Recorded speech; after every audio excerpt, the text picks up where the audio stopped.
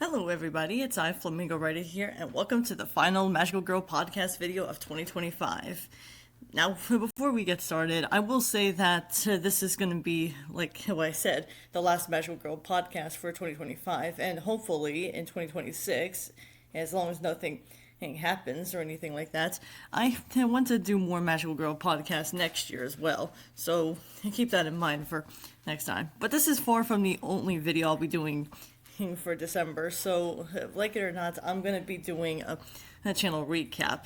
Hopefully it'll come out around, say, maybe next week or so. We'll see when the time comes. I just hope that it gets out in time. But as such, let's dive into the Magical Girl podcast. Robin Hood. What can I say about Robin Hood that hasn't already been said before? We already know that he was an outlaw from what he did. We already know that he's a hero for all of mankind. And what's more, he's also a legend. But even more so than that, there are plenty of ways you can reinvent Robin Hood your own way and still stick to the formula as you.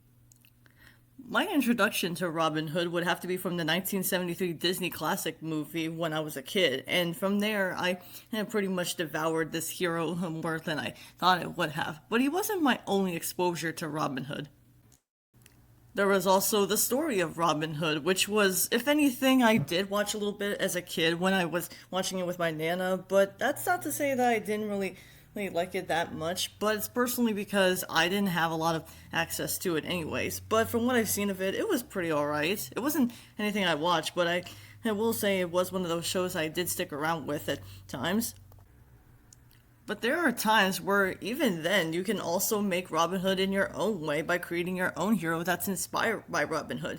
Case in point, Green Arrow himself from the DC Comics was actually Robin Hood if he was from the DC Universe, and that's pretty cool in of itself. But you might be asking yourself, why did I talk about a lot about Robin Hood in the intro of this video? After all, Magical Girls and Robin Hood don't seem like they clump meshed together, don't they? Well, you'd be mistaken because if anything, you can pretty much bet that Robin Hood can be reinvented in a lot of ways. Case in point, like Magical Girl shows. And I know what you're thinking, and yes, I do realize Robin Hood may be female, but that doesn't, and may not be female, but that doesn't mean that you can't make Robin Hood in your own way. I mean, hell, I was originally going to talk about another series that has a thief that stars a magical.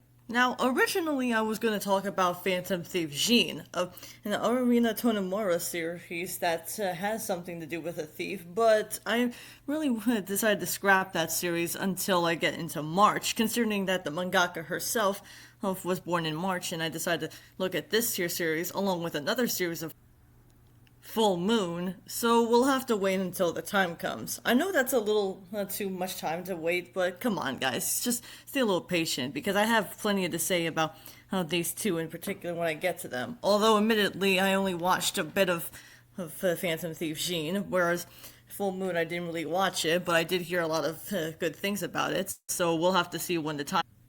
But no, one of the series that we're looking at today, while it does star a Robin Hood thief into it, we're going to look at one that doesn't get brought up a lot, especially when it comes to Magical Girl media. Though, funnily enough, Dora Maney, the user I talked about last time, is going to be doing a video on this here subject as well. Case in point, Saint Tail. For those who aren't aware, Saint Tail was based on the manga by Megumi Tachihikawa. Now, Megumi has done a lot of other one-shots and everything, as well as two other works aside from this one, but this one was the only one that got an adaptation. Yeah, similar to Mikoya Ano, where she made Sugar Sugar Rune, another series that I've covered before now. Her works don't seem to get too much on the public eye, which is a shame because from what I can tell, Saint Tail seems to be pretty fun for what it's worth. But even then, I had a hard time finding out more information about this here series, because for a while, I was originally going to talk about the English dub, but even then, that still had a little bit of problems with, well. Yeah, the first 15 episodes were dubbed into English, but as for the rest of the series, they didn't really give a full English dub. Which, if you ever do watch the English dub for yourself, that's gonna probably be a problem, considering that, if anything, 43 out of that would probably not do much of anything anyways. Even then, I probably wouldn't complain so much. Though there is access to watching the series. You can watch this at something like Sling TV or Prime Video, though I think the latter of which is where people watch Hazbin Hotel, so you can pretty much bet you can watch it on there. But even so, even and beyond that, you still need to go so far as to watch all these episodes if you want to see how this series goes in a lot of.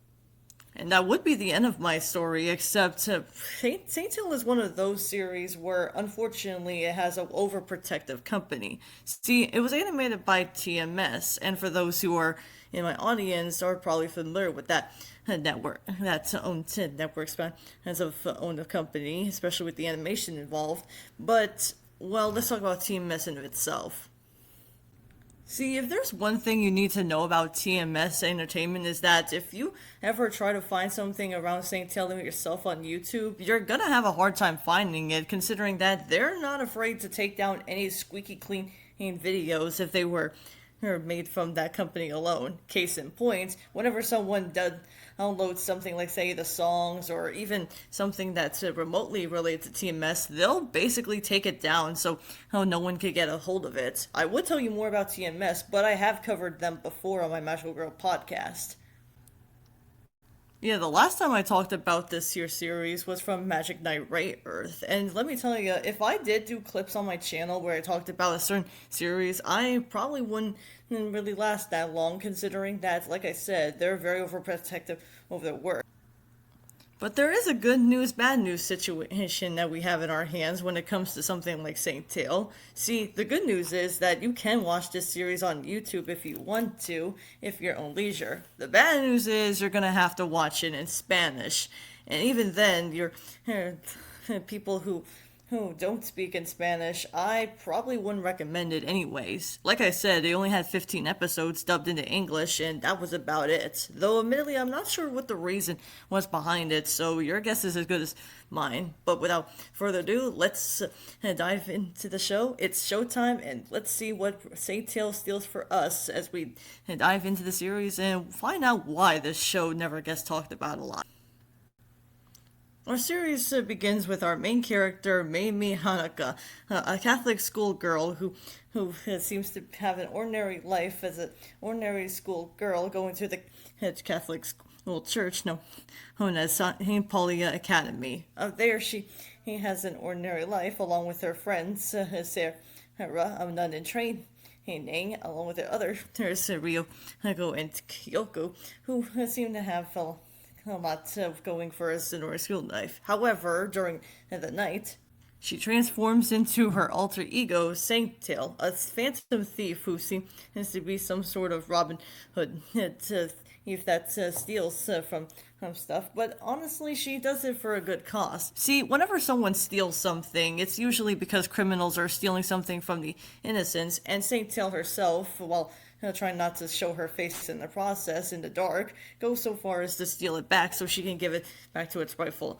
owner, all while leaving a warning note for our main cop, the force is here, our police force is here, named Asuka Jr. Asuka Jr. is only a 14-year-old little kid, but even while he's in the same school as this, as Mimagu, it's me. It's here where we see that he's doing everything he can in order to catch her, so then he can truly find out what her motivation is, what her deal is, and to find out what she's cracking into while still stealing stuff to go give it back.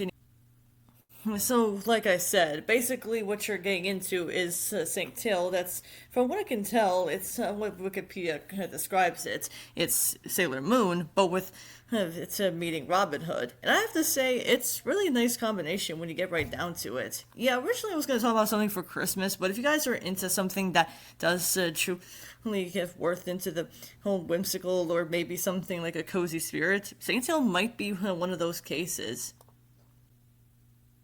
while you could make the argument it's like a cat and mouse kind of chase game or something like that, it's really more like, say, Saint Tail has to do whatever she can in order to not get herself caught by the police and not show her face anything. You could argue maybe she should have wore a mask or something, but honestly, I think that may take away the tension when you think about it. And honestly, the characters themselves are quite likable when you get right down to it.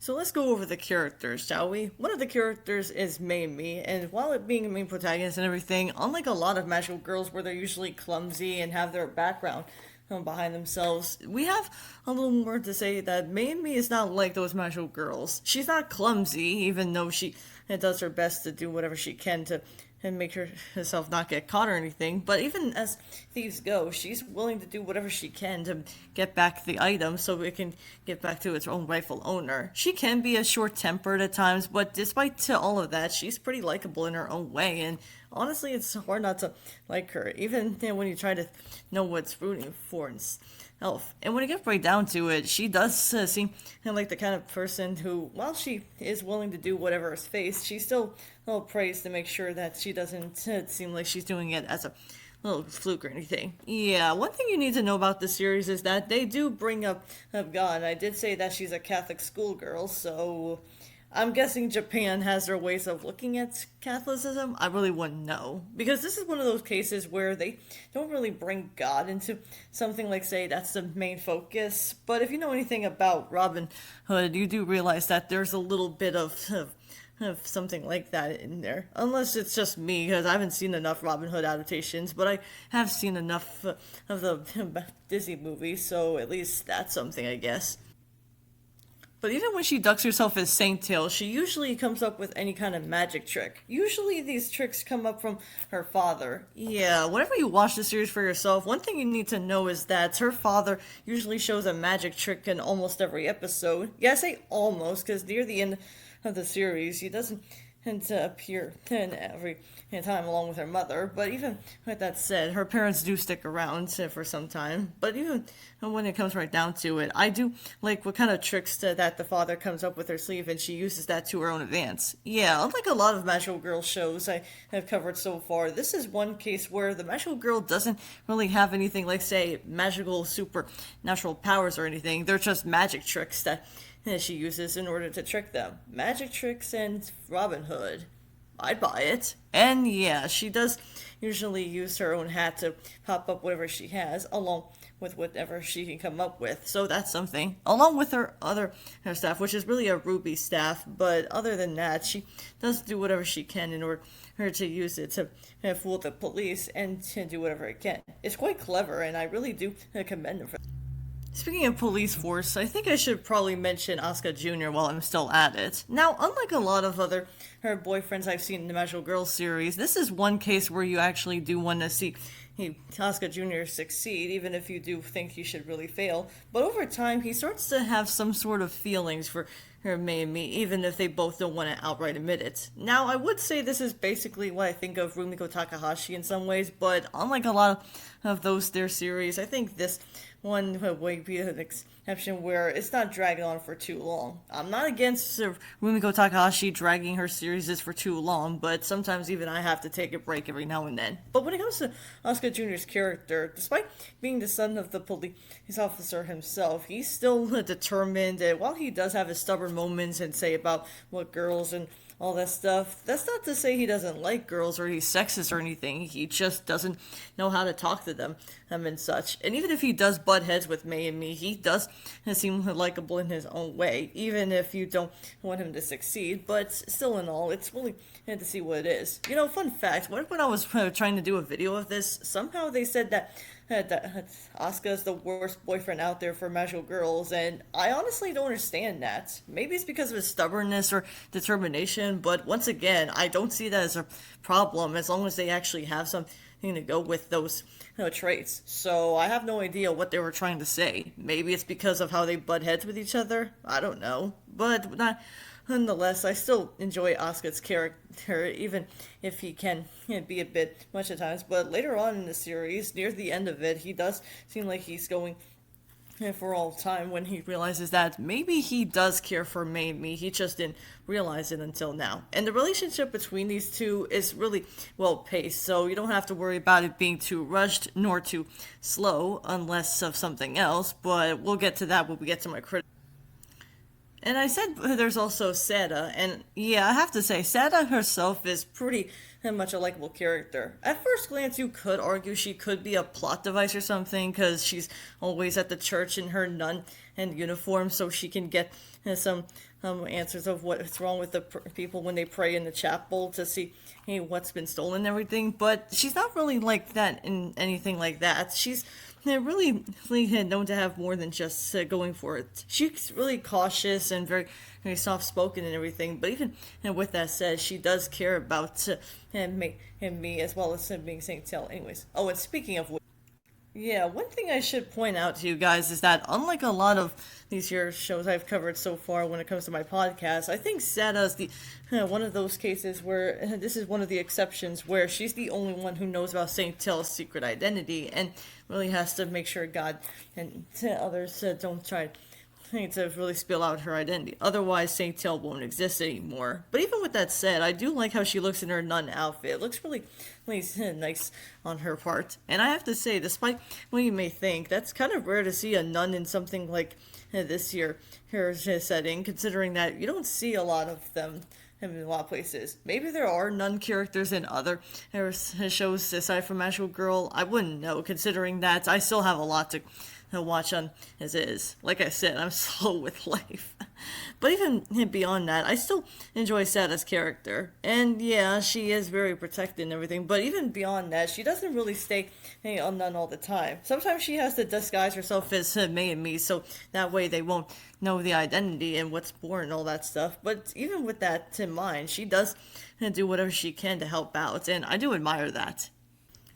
But speaking of characters who somewhat know about her identity, I think the other character that actually does have a little more to go with this Mei and me would have to be this character, Ruby. She's a hedgehog, and oh my god. If anything, I want to cuddle this little girl so badly. Okay, that's really creepy for me to say, but still. Anyways, one thing you need to know about Ruby is that despite looking like she could be the mascot of this series, no, she's more of a pet for Mei and me, and what's more, Mei and me had to get her back after someone tried to take her away from the pet shop and not even pay for it. Well, I don't know how much hedgehogs are usually paid for, but actually, come to think of it, that's the thing I started noticing about this year's genre. They seem to love giving weird animals as, say, either mascots or her magical girl, but I never minded it. Plus, even with that said, she does sometimes try to sneak out of the house just to see what Mei and me is up to, and I have to say, this little character, she makes me want to cuddle her. Though, admittedly, I probably wouldn't do that, considering that, well, let's be honest, if you ever did hug a hedgehog, you'd probably be screaming like hell. But I won't lie, she's so adorable. But just because that those are the characters that we see a lot of, doesn't mean we don't get to see other characters. Sometimes they do switch up the formula a bit. Like, they usually show other characters to see what Saint Tail is like. For example, there's a character named Rina.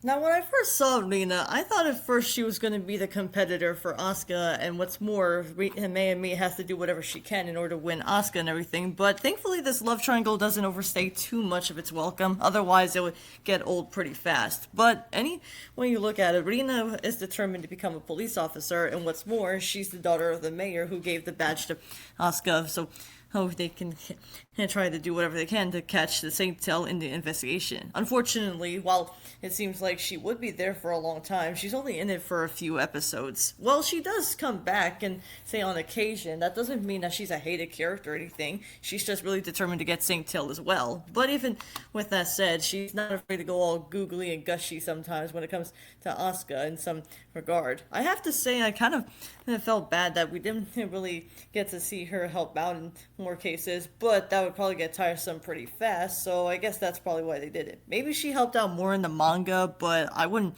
know, considering, like a lot of shoujo manga, there's always that's one thing that they always do. Have something out of print. God damn it, what's with shoujo manga always getting out of print these days? Oh well, at least we have some other characters, right? Yeah, one of the other characters that comes in is Hatari. And whereas Rina actually goes so far as out of her way just to go ahead and gush over Asuka in a lot of ways, Salvatore is always gushing over Mei and me. And you can kind of see what he's into. Now, despite being a very popular boy, he's also very flirtatious and gossipy. He's also works at the school newspaper, and what's more, he always says "scoop" every time he takes a picture of something, regardless if it was Saint Tail or not. But even beyond that, sometimes he usually does it without any proper evidence. Well, that's what happens when you're a journalist, I guess. You need more evidence.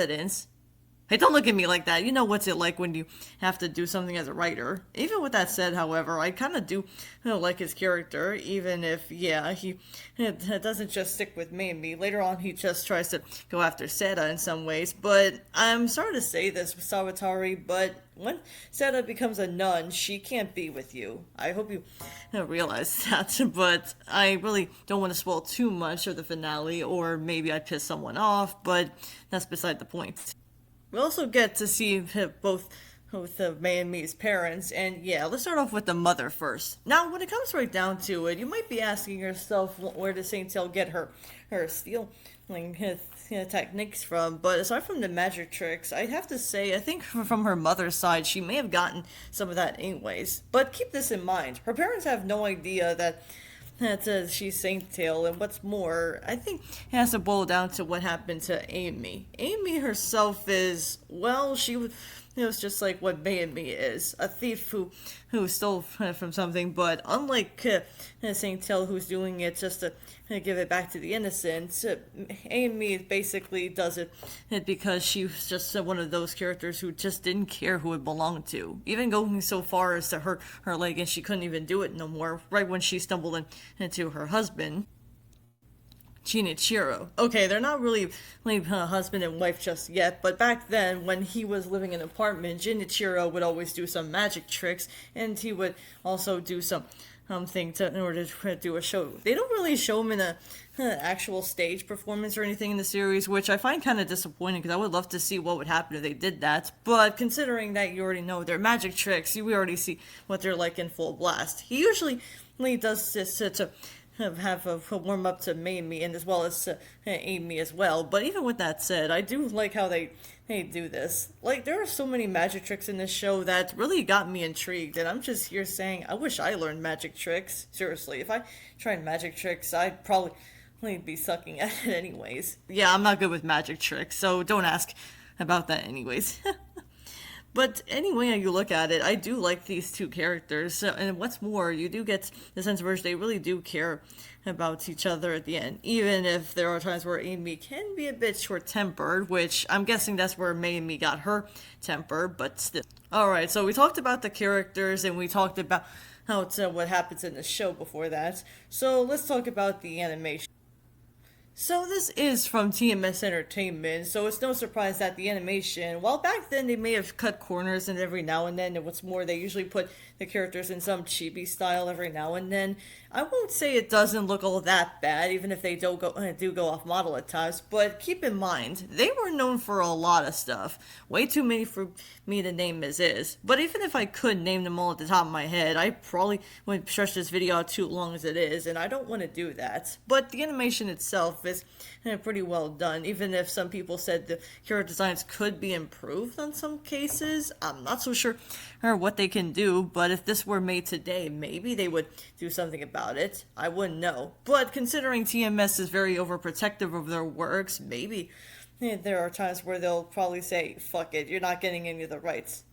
Look at something like Cyber 6, for example. That series in of itself, they're still overprotecting a lot of their works, especially when it comes to something like the music and as well as, say, the full length of their songs. Like, seriously, if you ever do want to look up on the full versions of these here songs, even though admittedly on Thanksgiving break I did somewhat see a full version of Cyber 6, even though it's basically a cover of someone else singing it, it really does feel real in a lot of expanse. Let's just hope they don't take it down, but still, I guess what I'm trying to say is that TMS does have protective works that they refuse to give anyone the rights for. But on the other hand, they didn't seem to be afraid of giving something like, say, the Rosaverse Says to another studio like Mappa. You know Mappa. Okay, fine. You don't believe me? Look at some of their stuff like Jujutsu Kaisen or Chainsaw Man, or the one series I did take a look at this year would have to be Kids on the Slope. They weren't afraid to give it to some their property to someone else, so I guess it only depends on what they're asking for. But that's what happens when you're an eggshell. They'll only give out some of their properties. But they have worked on a lot of other modern stuff like Dr. Stone and whatnot, so I guess TMS is not ashamed to admit they can pretty much give away some of their stuff and keep some of them of their own. I guess that's why they call it what's mine is mine and what's yours is yours, but whatever. But even with that said, however, even if I do like Saint Tail, this series is still not without its own problems. But luckily they're small ones, so you don't have to worry about someone bitching about it. So let's go over the few problems that they have in its own. This show is like one of those Magical Girl shows. Not a lot of them, unlike the last Magical Girl show I talked about on my podcast of Tokyo Mibu, but one of the few cases where this show does have this tendency where both Mamie and Asuka are not afraid to argue at times. And when it comes right down to it, whether you find it funny or cutesy, sometimes it can come off as annoying for some people, especially because they'll have the I love you and I'll hate you and or something like that along the way. And I need to address this while I still can. See, whenever someone brings up the trope, I hate you and I love you or something like that, sometimes I feel like some people are always saying that it was always drag on forever. And while I can't really see where they're coming from, I can kind of see why some people will have a problem with that. Let's put it this way. I'm not against some people with their own opinions when it comes to something like that, but I personally feel like I think it's best for me to say that it's best for me to say that you can still have this trope as long as it doesn't drag on for way too long as it is. I guess that's why they're making the Rama one half remake in that regard. Like, you can still have these characters not like each other at first glance, but over time, while you can say that they're gonna like each other later on, it's like I said in the Star Giant campaign video, it's best to build up the relationship. If you rush it, it's gonna come off as a bit too forced. But if you go so far as to make it too slow for its own good, people are just gonna stop caring after a while. And to be as blunt as I can, that's kind of what I have to say in its own expanse. Now, when it comes to the episodes, that can be a dime a dozen when it comes right down to it. So let's talk about that. See, this is one of those shows where, despite the show having its own formulaic nature, it's one of those shows, you know the kind, where they have an episodic formula to it. May and Me goes to Catholic school. Oh, and then after that, we see it cuts to Seta seeing what these people are asking for something that get brought back. If it's a very precious item that belongs to them in advance, May and Me goes home to find get a new magic trick. It usually gives a warning note to Asuka Jr. Goes ahead and steals the thing before it gets caught by the police, and everything goes back to normal after said property gets back and sues without having any problem with that. This is one of those cases where the show basically likes to reset itself sometimes. Although, while they do mix up the formula a bit, I won't lie, it can get stale for some people who aren't into that stuff. I'm not saying that they didn't have any shows that didn't have anything to go with the story, but let's put it this way. I talked about Magic Knight Rayearth before, but compared to that series, this one is a little different from that. Magic Knight Rayearth is a little different from that. While they are made from different creators, I do understand that. Sometimes even something like episodic shows kind of get stale for some people. Meanwhile, shows like Magic Knight Rayearth have a story coming to it.